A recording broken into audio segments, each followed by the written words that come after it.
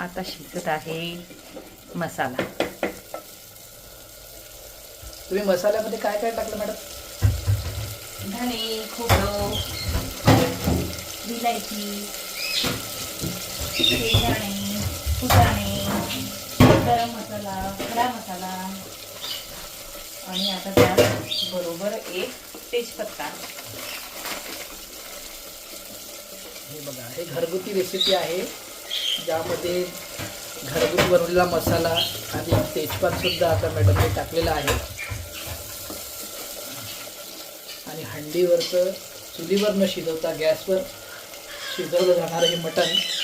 आमच्याकडे चूल नाही आहे, पाऊस पाणी असल्यामुळे चुलीवर शिजवता येणार नाही. आता हे छानपैकी मसाला भाजला जात आहे आता तेलामध्ये. खमंग असा वास सुटलेला आहे.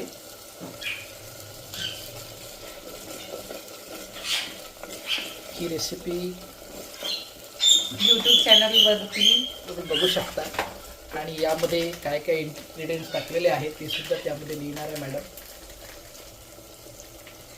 त्यामुळे तुम्ही डिस्क्रिप्शन बॉक्समध्ये बघून घेऊ शकता. तुम्ही आता बघा, हा मॅडमनी मसाला टाकला आहे.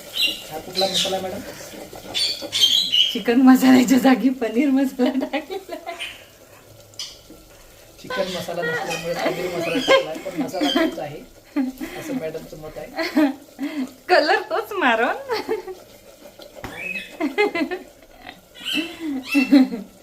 कलर तोच येईल.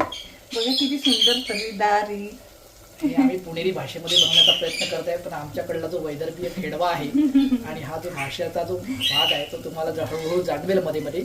तर तुम्ही त्याचा असं काही वाईट वाटून घेऊ नका.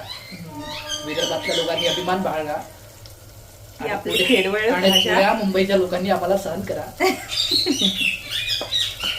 कारण आम्ही काही सुधारणारे वय नाही. समजलं का बे? तेव्हापासून सुरुवात होती आमच्याकडे मास्तर लोकांची.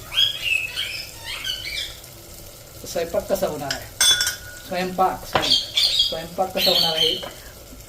आता मीठ आणि तिखटाची पूड, तिखट मीठ टाकलं, हळद, धनेपूड हे सुद्धा टाकलेलं आहे. आणि आता याला पण थोडस छान मस्तपैकी फ्राय केलेलं आहे. वा वा वा, छान छान. बघा कसं सुगंध दरवळतो. काय वास येऊन राहिला बे, असं म्हणायला लागते नागपुरी भाषेत. एवढं तिखट आमच्याकडली पोट्टी बाटची बी खाते, असे पु ल देशपांडे म्हणून.